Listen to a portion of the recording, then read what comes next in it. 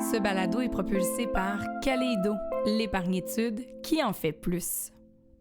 Bienvenue dans l'univers à la hauteur de nos tout-petits. Je m'appelle Maggie Bélanger et aujourd'hui, on parle d'un sujet qui me questionne, me trouble. Je dirais même que ça me met un peu en colère. Ça me laisse inconfortable.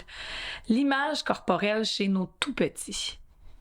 Lorsque j'ai lu que dès l'âge de 4 ans, certains enfants manifestaient de l'insatisfaction par rapport à leur corps, vraiment, ça m'a chamboulée.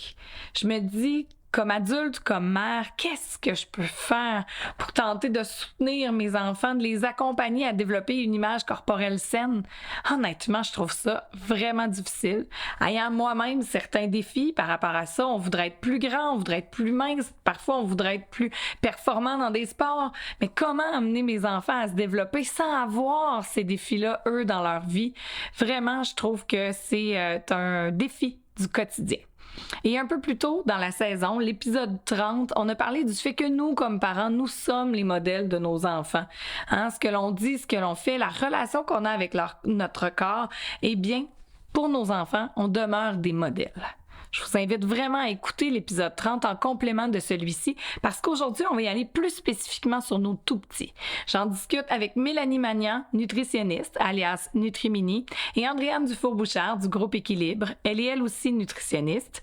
Et en segment coup de cœur, j'ai voulu aller un petit peu plus loin avec Marie-Michelle Ricard. Elle est psychoéducatrice, psychothérapeute et autrice de nombreux livres, des livres qui s'adressent aux tout-petits, aux adolescents, adolescentes et même à nous les parents pour qu'on développe une relation saine avec notre corps par rapport, oui, au poids, mais même au sport, face à l'intimidation. Bref, on est allé voir avec Marie-Michelle comment on peut réagir comme parents si, par exemple, on le vit dans notre quotidien, il y a des gens qui font des commentaires en lien avec le corps. Qu'est-ce qu'on peut faire?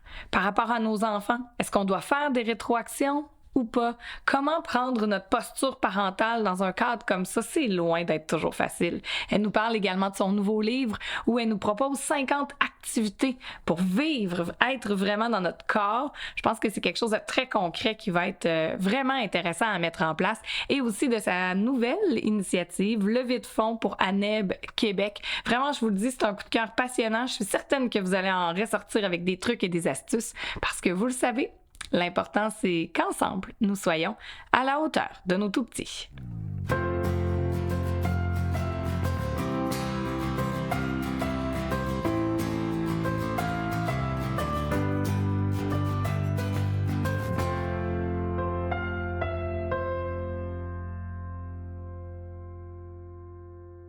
Bonjour, mesdames. Aujourd'hui, on discute d'un sujet sensible, je pense. Puis j'espère que les parents qui sont à l'écoute vont écouter l'épisode jusqu'à la fin parce que moi, je le vois comme un partage, vraiment comme un épisode d'accompagnement parce qu'on va parler de l'image corporelle chez nos tout-petits. Je pense qu'on veut dans la vie que nos enfants se sentent bien, qu'ils soient épanouis, qu'ils soient heureux. On veut tellement pas qu'ils soient stigmatisés, victimes de moqueries ou autre. Et le poids, le corps, c'est un sujet sensible qui fait partie parfois des moqueries que nos enfants peuvent vivre dès le bas âge ou même dans leur cursus scolaire, ça peut s'installer. Donc, j'aimerais ça qu'on en discute ensemble, mesdames. D'abord, chez nos tout-petits, si on regarde le 2-5 ans, comment pouvons-nous faire pour leur présenter une diversité de corps sans amener la notion du bon ou du mauvais, du poids acceptable ou inacceptable? Bien, je pense que c'est de présenter la diversité corporelle sous toutes ses formes, entre autres dans les jouets. Il y a des modèles de jouets assez stéréotypés, assez qui ressemblent à la norme de beauté, minceur. Là, je mets des gros guillemets à beauté. Là, mais que le monde à la norme qu'on voit. Ça ne ressemble pas à ça. Exact. Donc, il y a un effort, je pense, de plus en plus qui est fait dans l'industrie des jouets. On voit des jouets ou dans des films, même des personnages qui ont une plus grande diversité corporelle. On voit même des fois des handicaps physiques aussi. Donc, je pense qu'il y a une certaine sensibilité au niveau de la société à ça. Puis je pense que malheureusement, comme parents, on n'est pas les seuls à devoir faire des changements. Je pense que c'est des changements qui doivent s'opérer aussi à l'échelle de la société puis de nos valeurs comme société. Mais quand même, en présentant des jouets différents, en parlant un petit peu de ça, de la diversité corporelle, en montrant que tous les corps sont sont normaux, tous les corps sont corrects. beaux. Quand on regarde dans la nature, par exemple, dans les fleurs, il n'y a pas une fleur qui est pareille. Toutes les fleurs sont uniques. Donc, des fois, de faire des parallèles comme ça, nous aussi, on est dans la nature, les animaux de la nature sont différents, les humains aussi sont différents. Puis c'est normal qu'il y en ait des très petits, des moyens, des plus gros, des cheveux frisés, des cheveux raides. Tantôt, tu parlais de ça.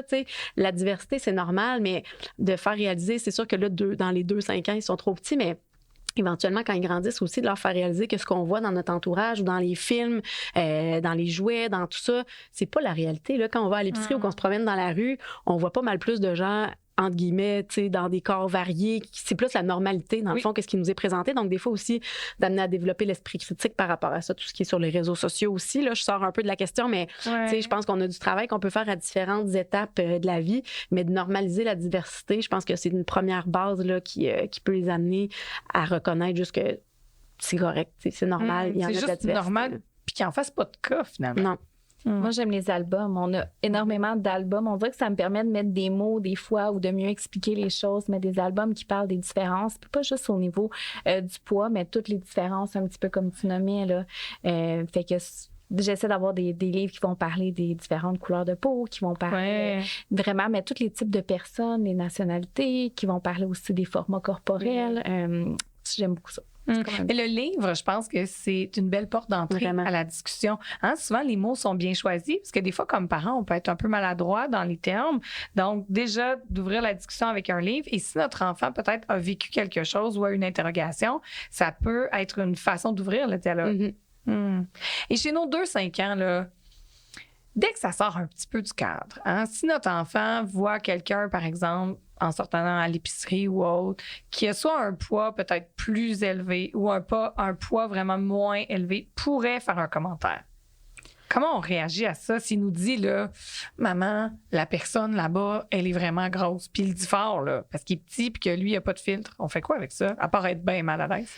Ça m'interpelle parce que ça m'est arrivé, là. Mon plus jeune n'a pas la langue dans sa poche, donc vraiment, on était à la caisse de la cafétéria, puis vraiment, il m'a dit, maman, pourquoi le monsieur est très gros? Parce que c'était une personne qui était vraiment obèse. C'est sûr que ça m'a comme donné une leçon que j'avais peut-être pas inculquée à mon petit coco assez vite, qu'on passe pas de commentaires sur l'apparence physique des gens. Fait que sur le coup, fallait que je me rattrape. Fait que ce que je lui ai dit, c'est « Mais pourquoi t'as les cheveux frisés, toi? Parce que t'es comme ça, on a tous des corps différents. » Puis ce que je voulais surtout pas faire, c'était comme « tch-tch-tch ». Parce que, tu sais, je voulais pas que la personne se sente que c'était mal d'avoir le corps qu'elle a, tu sais, parce que nos enfants sont pas grossophobes, là, ils deviennent à cause de la société. C'est pas mal d'avoir un corps qui est plus gros, tu sais, tous les corps sont valides. Lui, c'est peut-être plus la différence qu'il remarquait. Exactement, comme il aurait pu remarquer quelqu'un qui avait juste une jambe ou quelqu'un qui avait des lunettes ou peu importe, juste de remarquer une différence. Mais là, il a reposé la question. Oui, mais il est vraiment gros, son ventre. Fait que là, tu sais, c'est là, oh mon Dieu, là, je suis en retard, il faut vraiment que j'ai une discussion avec lui. Fait que vraiment, là, j'ai pris le temps de lui expliquer qu'on passe aucun commentaire sur l'apparence des gens, puis justement, puis on en lit des livres, on est là, tout ça, puis je me disais, ça, le commentaire à voix haute, je l'avais jamais vécu avec mon plus vieux. Fait qu'on dirait que je l'avais pas vu venir dans ma tête. Mes enfants sont bien élevés, ils feront pas ça. Mais c'est pas comme ça. C'est pas une question d'être bien élevé ou pas, parce que comme tu le dis, c'est eux, ils remarquent un fait, ils sont curieux, ils posent une question. Fait qu'il faut pas, je pense, les chicaner de ça. Il faut comme les éduquer. C'est vraiment plutôt cet angle-là qu'il faut prendre, puis de leur apprendre que peu importe c'est quoi, tu sais, qu'on questionne des cheveux, un nez, des oreilles, on sait pas, peut-être que cette personne-là, ça peut lui faire de la peine, le propos qu'on va passer. Fait qu'on dit rien par rapport aux gens, tout simplement. De normaliser, c'est ça la différence, tu sais. Puis comme tu dis, on se sent super mal comme adulte parce qu'on est conscient de toute la teneur, tu sais, des préjugés puis de la lourdeur de ça. Clairement que la personne a entendu. Oui, mais l'enfant le dit probablement pas avec des mauvaises intentions. Donc je pense que c'est ça, effectivement, faut pas les chicaner ou faut pas les faire sentir mal, mais juste c'est renormaliser que les corps sont différents, puis c'est correct aussi, puis que des fois, il peut y avoir des sensibilités aussi à recevoir ces commentaires-là. Oui, pour la personne. Mais on le dit souvent dans la parentalité, il faut que nos bottines suivent nos babines. Il faut être cohérent dans ce qu'on enseigne à nos enfants. Qu'est-ce qu'on fait s'il y a des gens qui viennent à la maison? Puis là, je vais prendre le traditionnel exemple de la télévision. Je sais pas, moi, il y a un gala télévisé. Puis là, que ce soit nous, notre conjoint, parents, grands-parents, beaux-parents, peu importe, passe des commentaires. As-tu vu, elle, ses cheveux? Ah mon Dieu, elle n'a pas dû les attacher, ça ne fait pas bien. Ah, tu veux, elle a changé de couleur de cheveux. Ah, elle a engraissé, elle a maigri, peu importe. Puis là, ces commentaires-là sortent. On sait que c'est devant l'écran, donc la personne concernée n'entend pas le commentaire. Mais nos tout petits, là, des fois, ils jouent à côté. Ils vont pas en faire nécessairement mention, mais ça doit s'inscrire quelque part dans leur tête. Oui, absolument. Puis c'est sûr, c'est difficile de le faire. C'est pas tout le monde encore qui est prêt à le faire. Souvent, c'est des questions des mamans qui... Les mamans réalisent telle chose, puis ils me posent un peu la même question que tu me poses, puis il faut être prête à le faire. Moi, il y a une journée où c'était assez. C'est où j'étais rendue là, puis j'ai dit « Hey, on peut-tu arrêter de passer des commentaires sur le corps de tout le monde? C'est vraiment désagréable. » Puis nos enfants entendent ça, puis ils vont reproduire ça. Tu sais, c'est comme sorti de manière spontanée. On n'est pas tous rendus là. Peut-être qu'avant, il peut y avoir d'autres moyens. Peut-être que tu as d'autres outils à suggérer. Mais je pense qu'on les connaît, ceux qui font les commentaires souvent sur le poids. Puis effectivement, ça peut être une bonne idée d'en parler des fois, encore là, selon l'âge, mais soit qu'on parle directement à la personne qui fait les commentaires pour dire... Tu sais, savais-tu que quand tu fais ces commentaires-là, tu sais, mon enfant entend, puis à l'école, ils sont sensibles à ça, ou elle m'a déjà raconté quelque chose par rapport à un enfant, son poids, puis tu sais, de prendre le temps d'expliquer, parce qu'encore là, je pense que c'est juste par automatisme, là. Puis chez Équilibre, à chaque année, on fait une campagne qui s'appelle « Le poids sans commentaire », tu sais, pour parler de ça, l'importance de moins faire de commentaires, puis l'omniprésence de ces commentaires-là. Tu sais, le poids, c'est comme la météo, on en parle tout le temps, l'apparence aussi, tu sais, de se déprogrammer comme adulte à commenter toujours le poids et l'apparence des gens. Fait que souvent, tu sais, il y a un petit peu d'éducation à faire. Donc, selon la réceptivité de la personne qui fait les commentaires, tu sais, on peut juste dire, moi, je veux pas que ça soit ça, tu sais, les commentaires dans ma famille, je sais que ça peut avoir un impact, tu sais, est-ce que tu pourrais juste essayer d'y penser, je peux t'aider si tu veux, tu sais, c'est vrai qu'on y pense pas tout le temps. Puis des fois, quand les enfants sont plus vieux, ça peut être aussi de préparer l'enfant, tu sais, telle personne va faire encore un commentaire, mais dans le fond, qu'est-ce que ça change vraiment? Puis, tu sais, de faire une petite intervention préalable ou après coup, même auprès de l'enfant, tu sais, penses-tu que c'est vrai que parce que ses cheveux sont pas attachés de telle façon que la personne est moins belle ou pourquoi, dans le fond, tu sais, qu'est-ce qui fait qu'une personne est belle? Tu sais, on peut faire un retour aussi. Fait que c'est comme différentes petites façons de ramasser un peu la situation, là. Mais effectivement, on gagne à se désensibiliser. Puis, je pense qu'on réalise souvent pas, tu sais, on est conscient que quand on fait un commentaire négatif à quelqu'un, ça peut le blesser.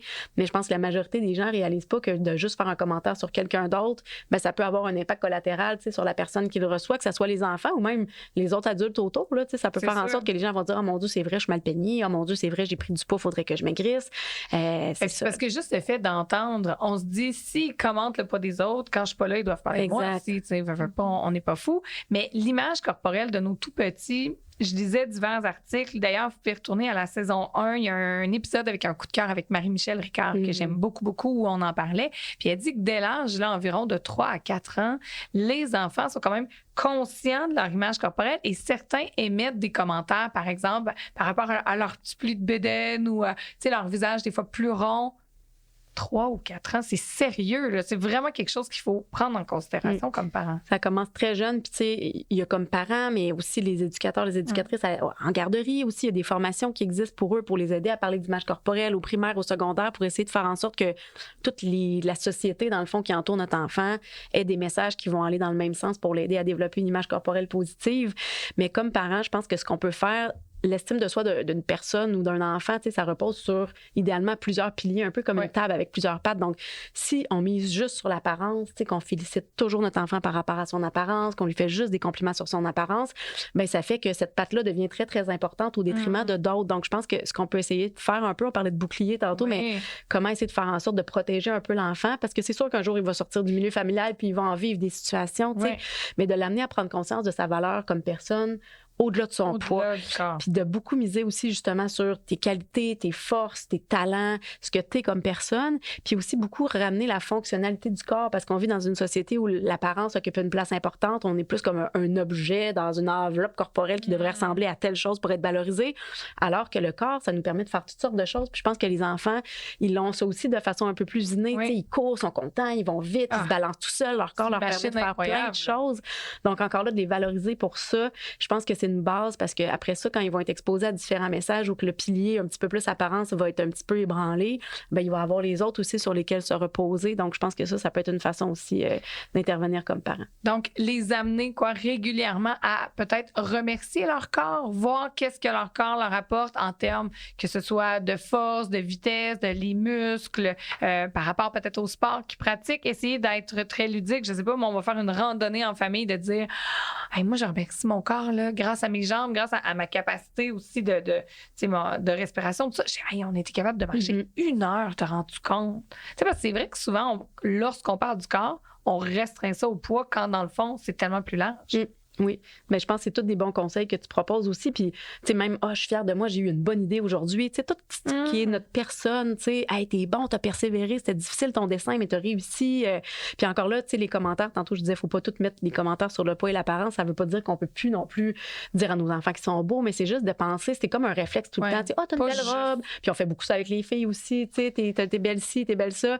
Mais d'essayer d'amener, t'as des belles barrettes, t'as une belle coiffure, tu sais, d'essayer de sortir de ça aussi. Tu sais, est-ce que t'as choisi ta robe? C'est quoi ta couleur préférée? C'est quoi ta coiffure préférée? Tu sais, d'aller plus vers des questions ou des intérêts. Puis ça, c'est à déprogrammer encore une fois, mais on peut encore évidemment dire à nos enfants qu'ils sont beaux, mais d'essayer de varier puis de fonder leur estime sur plusieurs choses. Ouais. Je comprends bien. Et s'ils sont un petit peu plus vieux, ça, on regarde justement l'âge scolaire.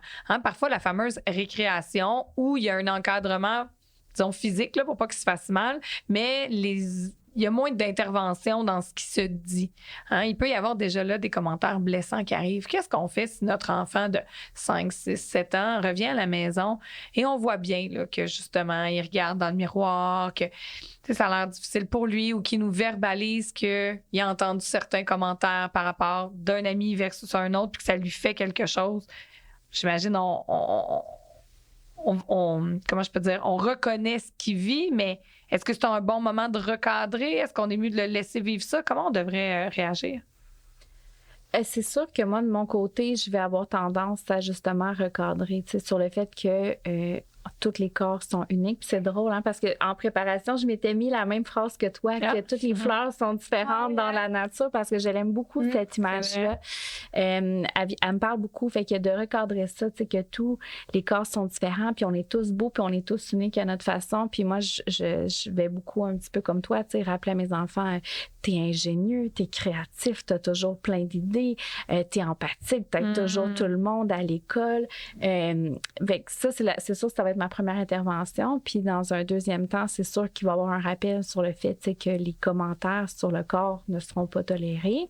Puis je vais l'inviter à les dénoncer à un adulte, mais pas dénoncer. C'est sûr que, mettons, je vais enlever le fait qu'il se serait fait traiter de gros parce que, ce serait pas une mauvaise chose parce que tous les corps sont différents. Puis je dirais pas qu'il y ait de la culpabilité par rapport à son poids, mais j'irais recadrer sur le fait que le geste qui était inacceptable, c'était de faire des moqueries sur l'apparence physique, peu importe si ça avait été les cheveux, le nez ou d'autres choses. Mais j'enlèverais le focus là, du poids. Ça serait comme un petit peu ma bonne idée.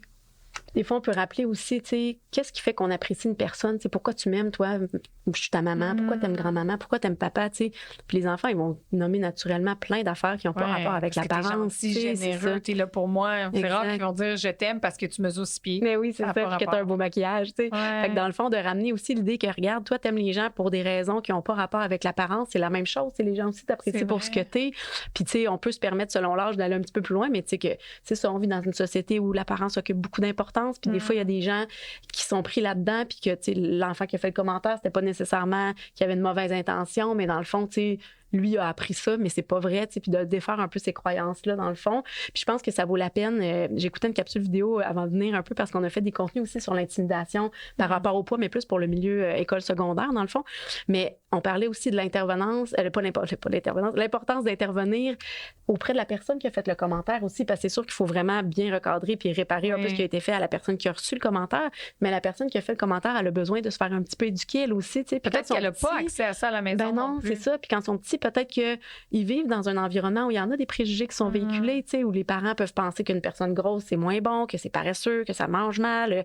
Il y a beaucoup tous ces préjugés-là, ça fait partie de la société, alors que c'est complètement faux, mais il y a un travail d'éducation à faire aussi. Puis des fois, ça peut être juste d'expliquer à la personne, ça fait de la peine quand tu dis ça, c'est pas vrai. Justement, on n'a pas juste notre apparence qui nous définit comme personne ou qui définit notre valeur. Donc, il y a comme un travail. Puis je pense que de plus en plus dans les écoles, il y a quand même des politiques de non-intimidation et tout ça. Fait qu'au moins, le climat est propice à mettre en place des actions. Mais je pense que ça vaut la peine, effectivement, de réagir. Puis c'est des bonnes pistes que tu proposais, là. Oui, de le recadrer. Et nous, est-ce qu'on doit, parce que là, il y a des gens qui nous écoutent qui vont dire elle va un petit peu loin là encore de la pression sur les parents. Puis je le dis pas pour qu'on se tape sur la tête, parce que je pense que si on le fait, on l'a pas nécessairement fait avec une mauvaise pensée, mais faire attention au poids de nos mots. Je prends un exemple. Les enfants vieillissent. Bien, c'est sûr que, je sais pas, on va faire embarquer un enfant sur ton dos à 2 ans, 3 ans, 4 ans, versus à 10 ans, il n'a pas le même poids. Puis ça n'a rien à voir au fait d'être mince ou d'être gros, mais il veut pas, il est plus lourd.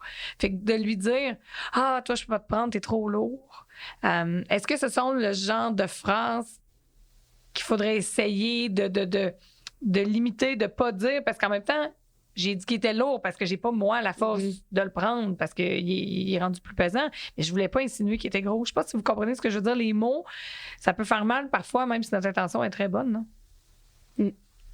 Ben, je pense que le choix des mots, effectivement, puis de dire t'es trop lourd, c'est pas de dire t'es trop gros, mais ça peut être t'as grandi aussi, ouais, mais tu sais, ou maman, là, elle est plus capable de te prendre. Moi, je suis plus assez forte. Il y a différentes façons, mais je pense que effectivement, comme tu l'amènes, il y a des choses que nous, on peut faire ou qu'on peut dire comme parents qui peuvent renforcer un petit peu ça, ou tu sais, si on a l'habitude de toujours se peser le matin, par exemple, puis que notre petite fille ou notre petit garçon nous voit faire, ben, tu sais, ça envoie le message que le poids, c'est quelque chose d'important, ou tu sais, si on a tendance à pas trop vouloir donner une deuxième assiette, par exemple, à notre enfant qui est un petit peu plus rond parce que là, on se dit, oh, mon Dieu, il faudrait pas, puis qu'on le nourrit différemment des autres. T'sais, des fois, il y a des petites choses comme ça qu'on peut faire. Ou, t'es sûr que t'en veux encore? T'sais, il me semble que t'as mangé beaucoup. Il y a des petites choses comme ça qui peuvent être associées dans notre tête au poids, qui peuvent envoyer encore une fois ce discours-là. Donc, juste, je suis d'accord avec toi, il faut pas se blâmer. Puis je pense que la première étape pour essayer de changer notre comportement, ben, c'est d'en prendre conscience. Ouais. Fait que de juste observer et de prendre conscience, c'est un grand pas. Puis après, nous-mêmes, on peut cheminer dans notre tête. Ça se peut qu'on en ait des préjugés puis qu'ils soient un petit peu persistants, mais en attendant qu'ils se règlent, ben, de juste faire attention de ne pas les retransmettre dans nos paroles ou dans nos gestes. T'sais, ça aussi, c'est graduel dans la tête d'un parent. On vit dans cet univers-là, puis on a des choses à déconstruire aussi comme adultes. Tu viens de dire, des fois, on a des préjugés persistants. T'sais, moi, je pense que c'est vers là que j'aimerais aller. C'est que, tu sais, c'est tout un travail là, de changer nos pensées puis de naviguer au travers de la culture des diètes, de réaliser la culture dans quoi on a grandi, tout ça. Puis c'est correct aussi d'aller chercher les outils, comme maman, puis de se dire, ben moi, c'est bien beau, je veux donner toutes ces belles valeurs-là à mon enfant, je veux changer la vision que j'ai de l'alimentation, de la relation avec le corps, mais j'ai besoin d'outils. Fait que d'aller consulter puis pas se gêner pour le faire, pour être en mesure, après ça, de pouvoir être un meilleur guide pour notre enfant aussi. Oui, parce que cette culture-là, souvent, elle nous est inculquée année par année, mais depuis longtemps. Donc, c'est quelque chose qui est dans notre quotidien, qui est présent tout le temps. J'entendais tantôt le pèse-personne. Nous, on ne l'utilise pas, mais il est dans la salle de bain. Puis je me suis rendu compte que les enfants l'utilisaient. Puis là, ils me demandaient, mais je pèse combien? Puis là, tu pèses juste bien. C'est pas grave, là. Non, je veux savoir les chiffres, là, je veux savoir les... Puis là, j'ai fait comme, oh mon Dieu, pourtant, on n'avait jamais parlé, il était juste là. Ben, finalement, on l'a enlevé. On se dit, regarde, bon, ça va régler le dossier. Mais en même temps, je me dis, il ne faut pas non plus se mettre la tête dans le sable que, malheureusement, nous, on a beau être informés, valoriser que tous les corps sont beaux. Ils vont être confrontés, nos enfants, à certains préjugés. Mais je me dis, c'est quoi? On agit de la façon la plus bienveillante possible, puis mettons le focus sur ce que nous, on a comme contrôle en valorisant les autres aspects de leur personnalité, en leur expliquant qu'il n'y a pas que l'image ou il n'y a pas que le poids qui est important. Puis après ça, ben, ils vont faire leur bout de chemin là-dedans parce que nous, on va leur avoir donné des outils. Mais, excuse-moi. Non, ben, je pense que si on les a aidés justement à bâtir une estime de soi qui est positive en valorisant d'autres choses que le poids, ils vont sûrement être beaucoup plus en mesure d'absorber des petits commentaires. Ça risque d'être plus facile. En fait, ils vont être plus forts que si, justement, toute leur estime était basée que sur leur apparence. Puis là, on vient démolir tout ça d'un coup. C'est vrai. Je pense que vraiment, c'est de ne pas mettre tous nos œufs dans le même panier. Puis oui, leur dire qu'ils sont beaux, mais comme tu disais, vraiment de valoriser leur force, leur réalisation, leur talent beaucoup.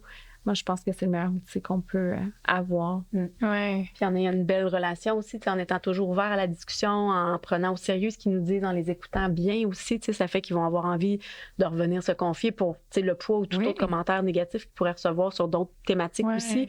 Puis tant que la communication est là, ça permet justement de recadrer des choses ou au besoin de leur présenter des contenus. On parlait de livres tantôt, puis tu parlais de Marie-Michel Ricard, mais elle a beaucoup de beaux livres aussi, autant pour la petite enfance que les ados. C'est même dans la pression de performer, au-delà du poids, il y a beaucoup d'aspects aussi qui sont en lien avec le corps. Oui. Puis on parlait du livre d'Élise Gravel tantôt, mon cher,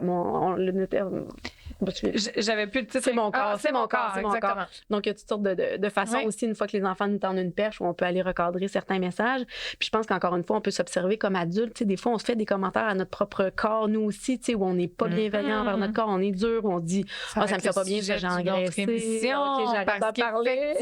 Non, mais c'est vrai, souvent, nous, on le fait, puis on s'en rend pas toujours compte. Mais encore là, les enfants sont là. Alors, de ce que j'entends bien, c'est important de valoriser tous les corps, leur montrer les commentaires, c'est non. Point. Sur le nez, les oreilles, les cheveux, le poids, c'est non. Donc, déjà, de recadrer ça, je pense que ça va les aider beaucoup. Puis de conserver une belle relation de confiance pour que si jamais eux sont victimes d'intimidation ou s'ils en voient, bien, ils ne seront pas gênés de venir nous parler, de se confier à nous, puis on va pouvoir encore là recadrer la situation et peut-être même agir s'il y a lieu. Je veux dire, si notre enfant nous en parle, rien n'empêche de prendre le téléphone puis d'aviser à l'école parce que les gens ne sont peut-être pas au courant non plus. Là. Merci beaucoup, mesdames. Merci.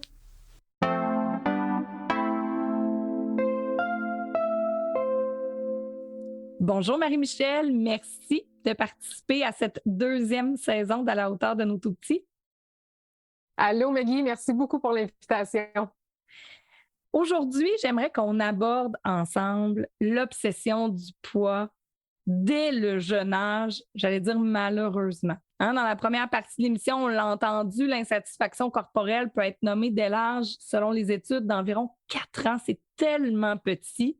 Et je sais que pour bien des parents comme moi, on se dit, je voudrais que mes enfants vivent sans cette obsession du poids. Est-ce que c'est réaliste en 2023 de se demander ça comme parent?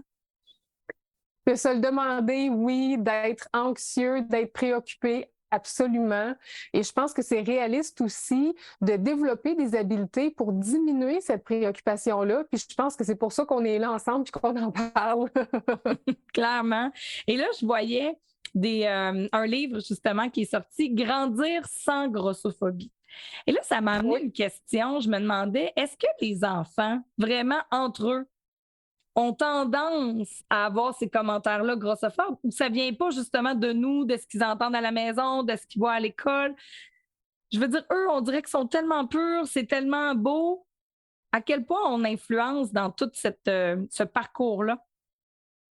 Mais il faut comprendre que l'image corporelle, que l'insatisfaction corporelle, c'est un concept qui est assez complexe, qui se développe. Fait que l'idée, c'est pas d'être à la recherche d'un coupable, mais bien de comprendre en fait la complexité de ce développement-là. Puis effectivement, ça se développe à l'intérieur de différents facteurs, donc les caractéristiques physiques de l'enfant, les caractéristiques psychologique de l'enfant, les expériences interpersonnelles que l'enfant va vivre. Donc là, c'est un peu ce que tu dis, hein, les expériences interpersonnelles, ce sont l'intimidation que l'enfant peut vivre.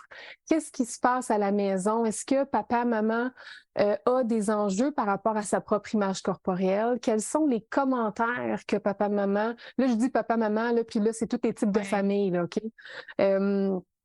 Quels sont les commentaires que les parents vont faire par rapport à leur propre image corporelle, par rapport au corps de l'enfant, par rapport aux comparaisons du corps de l'enfant par rapport au corps de la fratrie?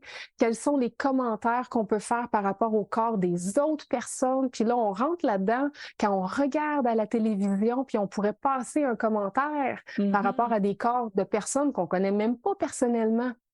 C'est quoi les comportements alimentaires qui sont en place, la dynamique entourant l'alimentation, le corps en général? Alors, tout ça rentre dans des expériences interpersonnelles. Puis finalement, l'autre grand facteur, c'est tout ce qui entoure la culture, la socialisation. Alors là, moi, je dis souvent, mais là, si on parle de la petite enfance, on n'est pas, en tout cas, on l'espère, on n'est pas déjà dans les médias sociaux, mais l'enfant est quand même exposé aux médias de masse. Alors, il y a quand même une certaine, tu sais, l'enfant est quand même exposé au modèle unique de beauté.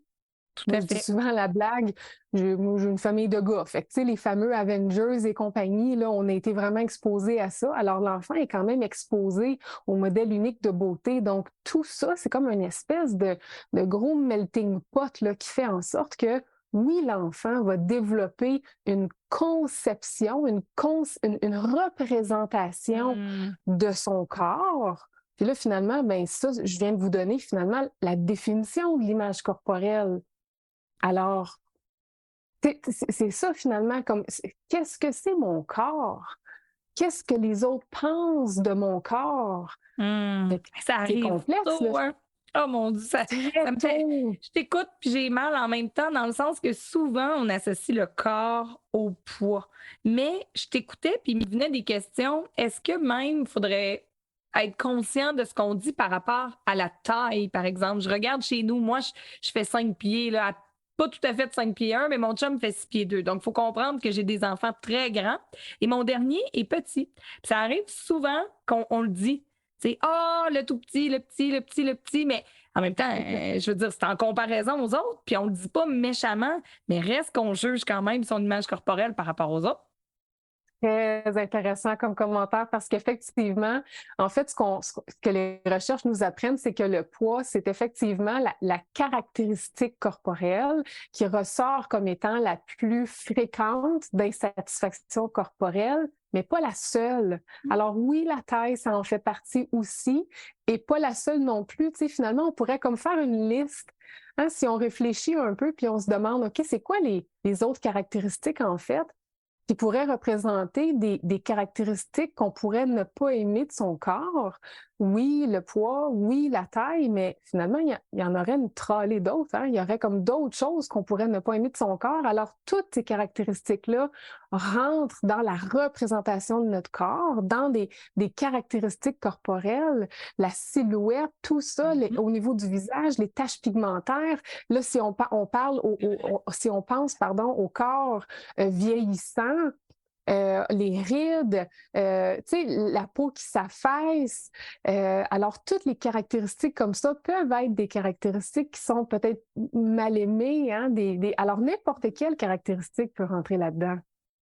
Je trouve ça vraiment intéressant de prendre un pas de recul parce que j'avoue que souvent, on focus sur le poids, le poids, le poids, mais c'est tellement plus vaste et ça me ramène Exact. justement par rapport même à nos commentaires. Comme là, bon, la taille, j'avais jamais nécessairement pris le temps, mais là, ça me conscientise. Mais même la couleur des cheveux, des yeux, Exact. je regarde ma fille. Moi, clairement, je suis brune normalement, mais là, j'ai des mèches blondes, puis elle me dit souvent, elle dit, ah, j'ai hâte de me teindre les cheveux pour être belle comme toi. Puis là, je dis, Exactement. les cheveux sont beaux. Ben, elle dit, s'ils étaient beaux, tu n'aiderais pas les tiens. Puis là, j'étais là, ben ouais, vu de même. Et que ça nous fait réfléchir les enfants. Hein? Parce que, tu sais, en petite enfance, c'est là que ça commence la représentation de soi. Parce que les tout petits, mettons les 0-5 ans, en fait, ils sont en train de construire leur concept d'eux-mêmes, le concept de soi.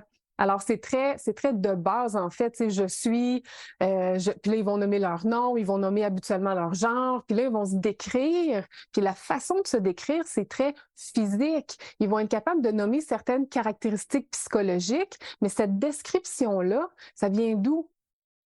Ça vient de nous.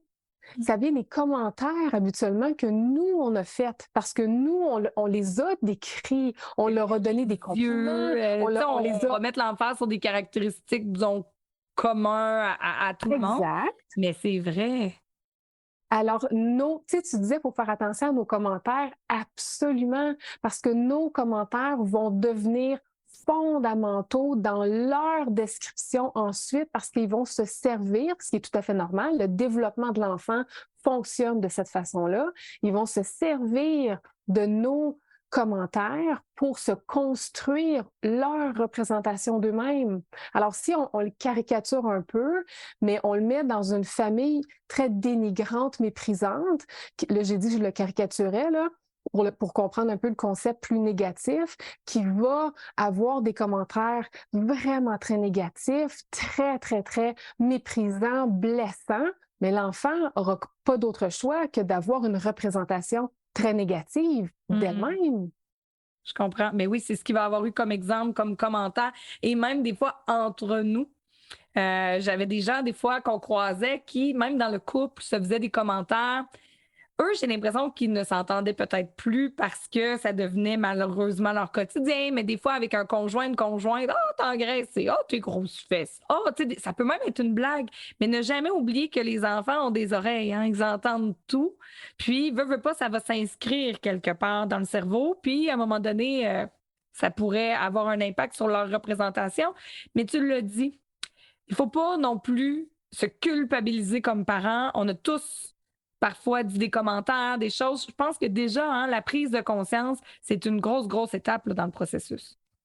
Oui, définitivement, mais j'aimerais quand même juste revenir quand même, je vais parler de la déculpabilisation après, mais quand même, surtout comprendre que l'enfant de 0,5 ans a vraiment, au niveau du développement de son intelligence, n'a pas la capacité de comprendre les concepts abstraits. Fait que même si on est dans de la bienveillance puis dans des petites jokes cute, ben l'enfant ne peut pas comprendre l'association que oh tes grosses fesses puis c'est cute. L'enfant va quand même comprendre l'association ou en fait peut comprendre que ce mot-là va avec ce mot-là. Alors, premier degré, tu sais, même des fois, les bébés ont des petites bédaines, tu sais, ont des petites bédaines rondes tellement cute, mais il peut associer ça, donc. Exactement, parce que dans le fond, c'est du premier degré. Alors, dans la phrase que j'ai dit, si j'ai dit que les grosses fesses allaient avec ce que tu as mangé, puis tu as trop mangé de chocolat, puis c'est pour ça que tu as des grosses fesses, même si mon ton de voix était vraiment très doux et cute, puis que finalement, moi, je le voulais en humour, bien, l'enfant de 4-5 ans, il va avoir fait l'association. Il peut pas comprendre le deuxième degré, puis le niveau d'abstraction nécessaire comme un adulte l'aurait compris. Il peut pas. L'intelligence n'est pas développée à ce niveau-là. C'est pour ça qu'il faut faire très attention. Oui. Il faut comprendre comment l'intelligence d'un enfant fonctionne. Puis on s'entend que dans une journée, dans une semaine, dans une année, des commentaires qui, pour nous, peuvent sembler, on les dit de façon tout à fait banale, il peut en avoir Ils sont ultra fréquents. Oui, c'est ça que j'allais dire. Là, ne serait-ce que dans une journée, là, je serais curieuse qu'à chaque fois qu'on passe un commentaire, ou même dans notre tête, je pense que ça vaudrait la peine même des fois de faire l'exercice. À chaque fois qu'on a un commentaire dans notre tête de jugement corporel par rapport à nous ou les autres, qu'on ne dit pas toujours à haute voix, mais qu'on essaie d'en prendre conscience, on va être malheureusement peut-être surpris du nombre. Hein? Exactement. Et là, si on veut justement parler de la déculpabilisation, parce que bon, on va faire de notre mieux, on va essayer de s'améliorer, mais on a nos propres défis par rapport à notre image corporelle et à notre éducation, aussi nous comme parents. Qu'est-ce qu'on peut faire pour essayer que ça se passe le mieux possible avec nos enfants?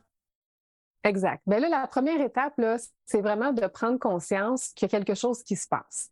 Okay. Tu sais, l'étape là, de se taper sur la tête et de dire, mon Dieu, qu'est-ce que j'ai fait, puis je suis abominable, là, ça n'a jamais rien servi à personne, puis on s'en sort pas. Fait que ça, on laisse ça de côté, là, c'est pas du tout là qu'on s'en va. Donc, on prend conscience qu'il y a des commentaires qui sont présents et qu'il y a des enjeux d'image corporelle. C'est peut-être difficile de prendre conscience de ça. Mm-hmm. Et je pense que c'est tout à fait normal de tolérer une certaine forme d'anxiété ou de préoccupation. Hein? Cette espèce de « ah, c'est pas le fun, j'ai des enjeux d'image corporelle ». C'est correct. Mm-hmm. C'est correct, c'est nécessaire. C'est un passage nécessaire. Okay? Ça, c'est comme la première étape. Après, je pense que c'est nécessaire de s'observer, de s'écouter. Tu sais, un peu comme tu dis, là, l'idée, c'est pas vraiment de prendre une espèce de grille puis de cocher là, chaque fois qu'on s'entend, mais quand même d'être capable de s'observer puis de dire, OK, je pense que là, il y a un commentaire que j'ai dit. Ah, là, je pense que je viens de m'écouter, je pense qu'il y a un commentaire que là aussi, j'ai dit quelque chose. Et d'essayer de contenir ces commentaires-là. Parce que l'idée, c'est toujours bien de n'en dire le moins possible. Ouais. On veut protéger, on a besoin de représenter un modèle. Alors, l'idée de s'observer, c'est de diminuer ces commentaires-là. Je comprends. Alors, on veut les diminuer. Mais là, on le fait pour nous-mêmes. Mais là, je voudrais pas non plus partir des chicanes de famille parce qu'on s'entend. Nous, c'est une chose. Notre coparent, je pense qu'on peut arriver à lui expliquer, lui faire écouter l'épisode. Mais qu'est-ce qu'on fait quand on est témoin de commentaires de grand-maman, mamie, les matantes, les mononcles, les amis, les peu importe, qui des fois encore là veulent bien faire et ils ont le petit double sens, mais nous, on sait que nos enfants, ils l'ont pas capté. Oui. Bien là, il n'y a pas de réponse magique ni de protocole en place. Ceci dit, il y a comme différentes façons de réagir selon le lien qu'on a avec la personne. Est-ce que c'est une famille où est-ce qu'on peut utiliser l'humour?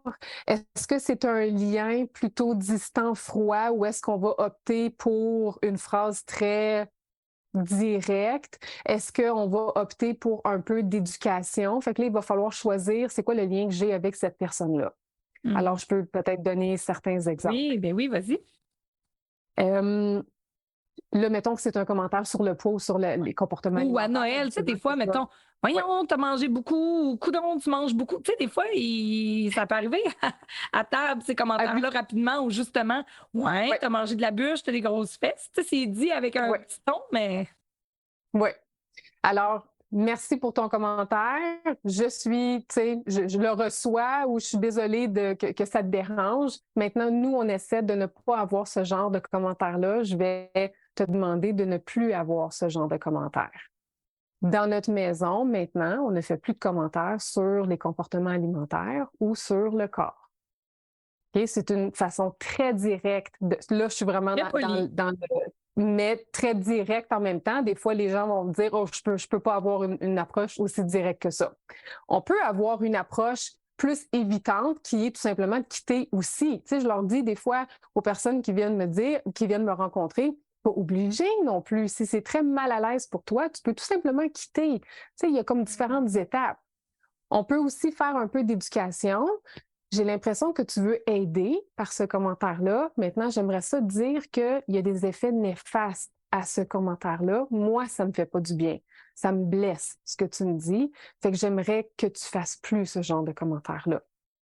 Maintenant, des fois, ça, c'est se montrer vulnérable. Oui, puis il y a certaines personnes, c'est pas toujours facile. Fait que c'est pour ça que je vous dis, il faut quand même se questionner à savoir c'est quoi le lien, puis qu'est-ce que vous êtes prêt et prête à répondre. Et si on se sent peut-être pas capable, mais que notre enfant est quand même en âge là, 4, 5, 6, 7, 8, puis je ne sais pas, là, c'est mettons notre meilleure amie de fille, puis on sait que la personne est un peu susceptible, fait bref, on se sentait pas sur le coup capable de nommer ce que tu viens de nommer. Est-ce qu'on pourrait, si on a l'impression que ça a blessé notre enfant ou qu'on a vu des fois dans son visage, essayer de le prendre, lui, à l'écart et de lui dire que la personne est maladroite ou, tu sais, de travailler plutôt avec l'enfant ou là, on va mettre encore plus d'emphase sur le commentaire sans le vouloir? Non, j'ai le goût de dire, il faut, dans la mesure du possible, toujours faire un retour avec l'enfant parce que dans ta phrase, tu disais si on sent que ça l'a blessé l'enfant ou que ça l'a dérangé l'enfant, j'aimerais dire le retour avec l'enfant va être quand même assez important. L'idée, c'est pas de faire un cours avec l'enfant à tous les familles, là, mais tu sais, comme là, le retour, c'était pas le retour, mais le commentaire, c'était fait sur la personne qui donnait le commentaire, mais c'est comme important de dire, tu sais, comment tu t'es senti quand tu as entendu ce commentaire-là? Puis là, peut-être l'enfant va dire, ouais, correct, là. Mais peut-être que l'enfant va dire, ben ça m'a dérangé. Puis là, c'est là qu'on va pouvoir doser quel retour j'ai besoin de faire avec l'enfant. Parce que comment l'enfant tu t'es senti? Parce que des fois, tu le dis, ça se peut que ça paraisse pas dans le visage, mais qu'au fond, ça l'ait vraiment, vraiment fait quelque chose. Oui. Ou à l'inverse, bof, s'il n'a pas l'air d'en avoir porté attention, ça fait qu'on passe à autre chose, puis on... Oui, parce que l'enfant entend, puis l'enfant peut ne pas réagir sur le coup. C'est extrêmement difficile de réagir en tant qu'adulte. Moi, ça me gèle. J'ai pas le tac au tac pour répondre. Ou des fois, alors, on veut pas non plus mettre l'enfant. Non, c'est ça, puis on veut pas mettre un froid, exemple, dans le party de Noël. Tu sais, on peut se dire, regarde, sur le coup, peut-être, on savait pas, on était maladroit, il y a nos propres émotions, mais là, j'ai des fois après. Mais j'ai le goût de dire quelque chose parce que il faut qu'on réagisse, Maggie. Il faut que ça change de camp. On a besoin de s'affirmer. On a un problème en tant que société et il faut que ça change de camp.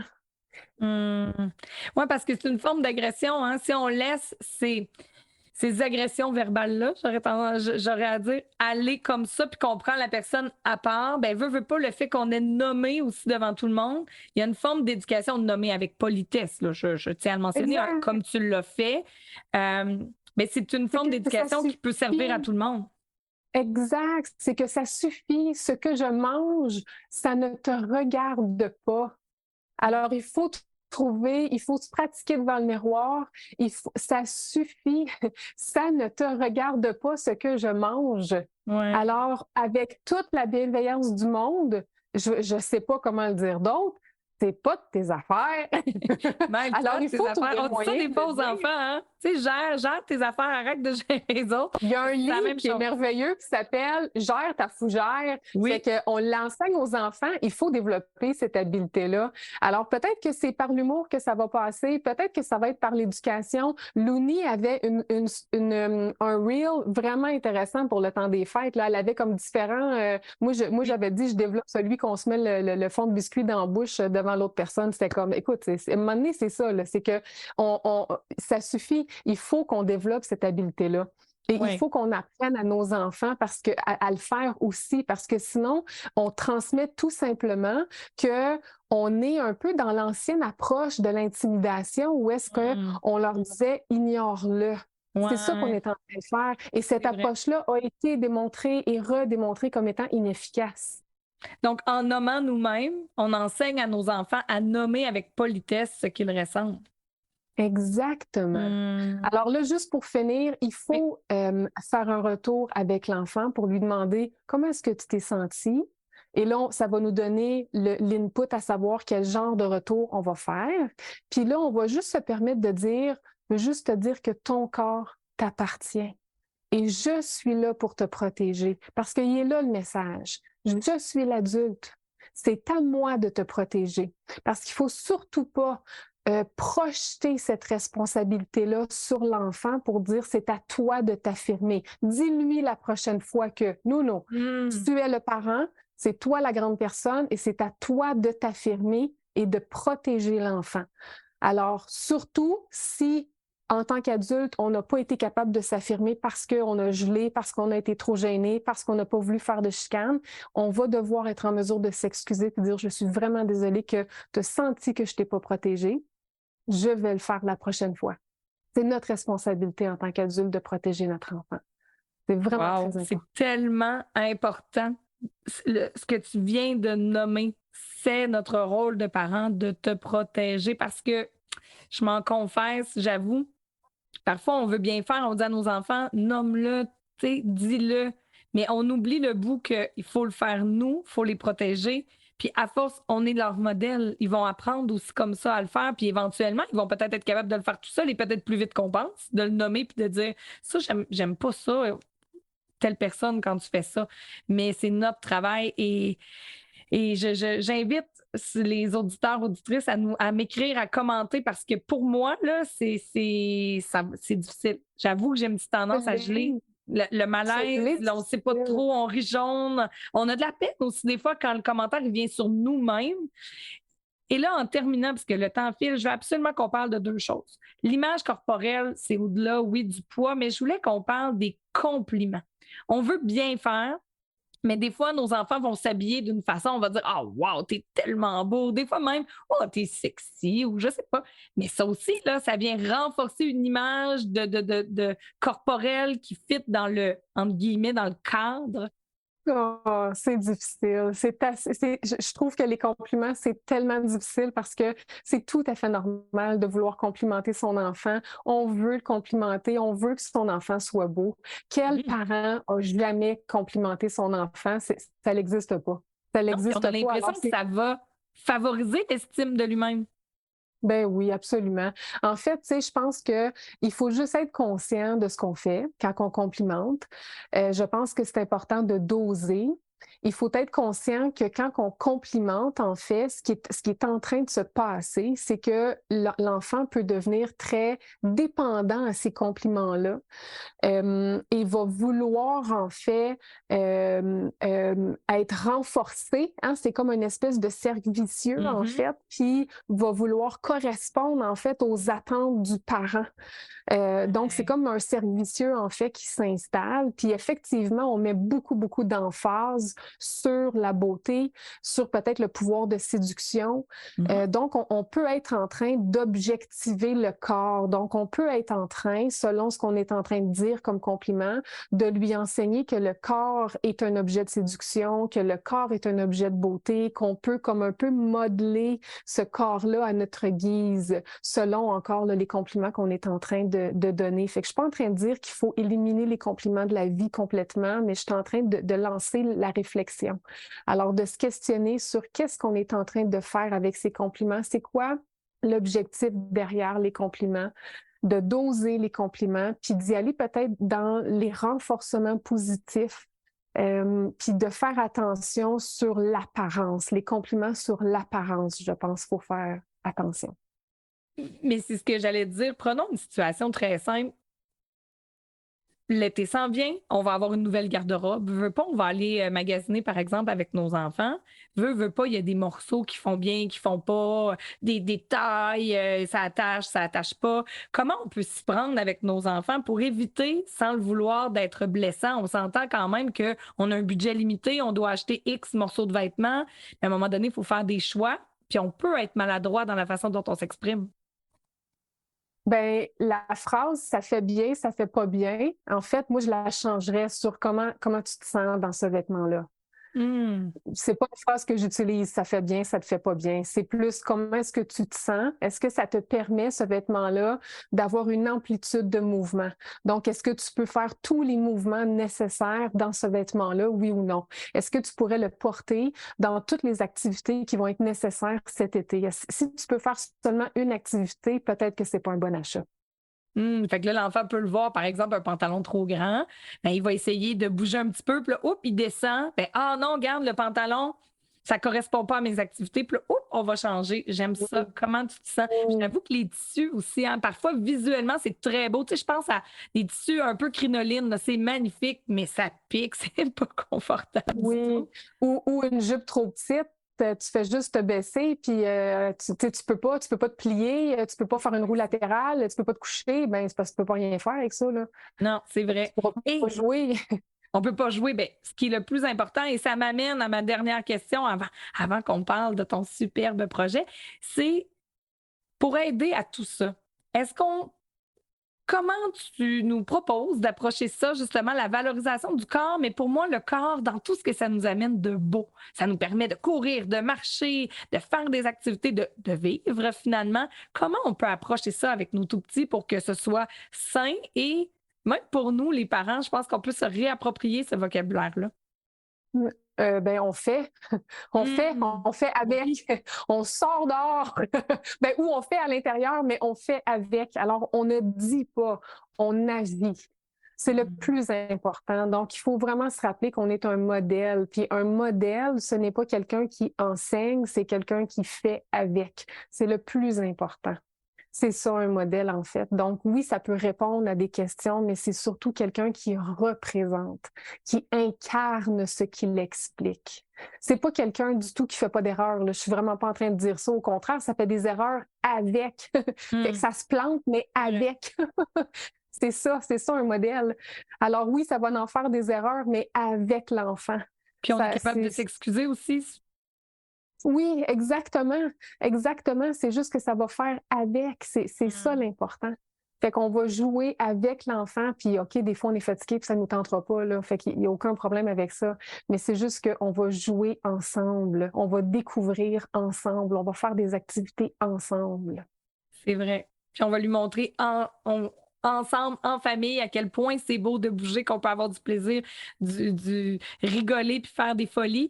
Et j'aimerais vous suggérer à la maison 3 livres que tu as écrits, Marie-Michel, et qui sont chez nous là, des hits, je dois le dire. J'ai commencé, mon fils était peut-être un peu jeune, mais lui, son préféré, je vais commencer par son préféré, c'était Olivier veut devenir une super machine. Je trouvais que c'était très intéressant. C'est vraiment merveilleux. Puis ce que j'aimais, c'est que ça sort, ben là, celui-là, il est beaucoup en lien avec le sport. Tu sais, les performances, on parlait tantôt des super-héros. Des fois, les enfants voient des sportifs professionnels à la télévision puis se disent qu'ils veulent être ça le jour 1, mais c'est pas toujours ça. Donc, on va de façon beaucoup plus vaste. C'est une belle... Nous, chez nous, c'était la lecture avant le dodo. Et ce que j'aime aussi, à la fin, ça ouvre avec des pistes de réflexion, de discussion. Donc ça, des fois, on peut le lire, puis ensuite faire un retour le lendemain ou à un moment qui est plus approprié. Donc, Olivier veut devenir une super machine. C'est une trilogie. Il y a aussi Lou aime le dessert. Très intéressant. Et ma fille, elle, ce qui l'a le plus touchée, c'était Emma n'aime pas les moqueries. Donc, je trouve que c'est un trio qui est assez complet. Ça touche plusieurs aspects de l'image corporelle. Puis le but, c'est vraiment on veut prévenir la stigmatisation avec Emma, avoir une relation saine avec la nourriture du côté de Lou. Et pour Olivier, c'était de promouvoir une image corporelle saine. Donc, vraiment, si vous cherchez des outils avec vos tout-petits, c'est pas toujours évident. Je pense que ce sont des livres appropriés, je dirais, de peut-être 4-5 ans à aller jusqu'à facilement 10 ans. Là, c'est parce qu'il y a une belle discussion à avoir. Puis je trouve qu'il y a un beau double sens. Donc, au début, l'enfant, vous allez lire l'histoire, puis ça va être une histoire peut-être comme n'importe quelle, mais éventuellement, vous allez pouvoir ouvrir la discussion. Donc, voilà, vraiment de beaux outils. Je vais mettre le lien sous la publication. On peut se les procurer aux éditions Midi 30. Et là, je veux absolument qu'on garde du temps, Marie-Michel. Tu lances donc une campagne et parle-nous-en. Donne-nous tous les détails au profit d'ANEB Québec. La campagne, en fait, c'est pour que mon corps soit. La campagne, c'est pour promouvoir une image corporelle positive. Cette campagne-là, ça regroupe 2 événements. Alors, le premier événement, en fait, il n'y a pas d'ordre, là, mais un des événements, c'est une levée de fonds pour ANEB Québec, qui est en collaboration avec la boutique Dame de Pique, qui est une vente de T-shirts. Alors, est-ce qu'on va voir? Ceux qui nous écoutent via YouTube voient. Et pour les autres qui nous écoutent à l'audio, oui, vous pouvez voir Marie-Michel. Donc, magnifique T-shirt, rose pêche, mais il y a plusieurs couleurs. C'est non-genré. C'est pour tout le monde, pour une bonne cause. Et pour ceux qui nous écoutent, je vais mettre aussi le lien sous la publication. Donc, vous allez pouvoir aller cliquer pour voir et acheter aussi les T-shirts. Exactement. Alors, il va y avoir d'autres couleurs aussi. Là, pour ceux qui me voient, je porte le rose pêche, mais il va y avoir d'autres couleurs aussi. Des T-shirts manches courtes, manches longues, parce que l'été s'en vient, mais il faut savoir que la levée de fonds va durer au minimum pour la prochaine année. Alors, ça, c'est un des 2 événements, la levée de fonds pour ANEB Québec. Pour ceux qui connaissent pas ANEB Québec, c'est un organisme à but non lucratif qui travaille depuis plus de 35 ans pour offrir des services gratuits aux personnes et aux proches qui souffrent de troubles des conduites alimentaires. Et le deuxième événement, c'est le lancement de mon tout nouveau livre « Pour que mon corps soit ». Un livre qui propose 50 activités concrètes pour améliorer le rapport à son corps. Donc, c'est la suite de mon livre de l'insatisfaction à l'acceptation corporelle. Alors, c'est vraiment un livre très, très, très concret où est-ce qu'on va agir justement et qui aborde l'image corporelle, mais un peu comme on l'a fait aujourd'hui, donc qui sort des sentiers battus. Donc, oui, on aborde l'image corporelle, oui, il y a un lien avec le poids, mais beaucoup, beaucoup d'autres thèmes. Alors, j'ai vraiment c'est le premier livre, en fait, qui aborde l'image corporelle de cette façon-là. Donc, c'est aller chercher des thèmes par rapport à la sexualité, par rapport à l'avancement en âge, parce qu'il n'y a tellement pas de livres qui abordent ces caractéristiques corporelles-là. Donc, tu sais, ça me dérange de vieillir, la peau qui s'affaisse, les cheveux blancs, les rides, les taches pigmentaires, perdre mes cheveux, non genrés, alors que ça soit n'importe quel genre.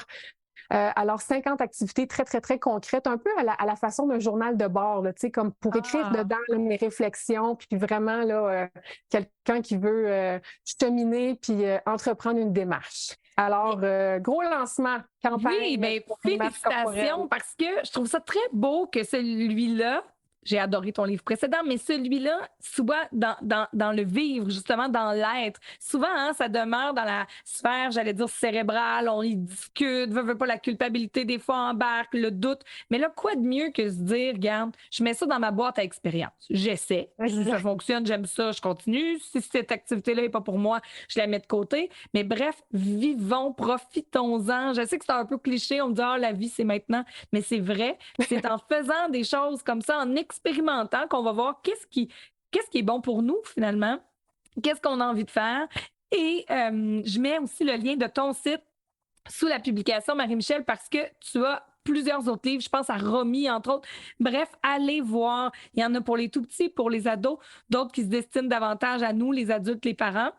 Et parfois, ça peut être aussi un beau cadeau à faire aux gens de notre entourage, de le laisser traîner sur notre table à café. Ça fait partie aussi de l'éducation parce que tu l'as dit, ça suffit. Je pense comme société, on en prend davantage conscience, mais nous, c'est à nommer, hein, un petit pas à la fois, en nommant, en vivant, en essayant nos propres choses, qu'on va arriver à combattre toute cette stigmatisation-là en lien avec le corps, mais surtout à bien vivre, puis à être bien dans notre corps, parce qu'on en a juste un, hein?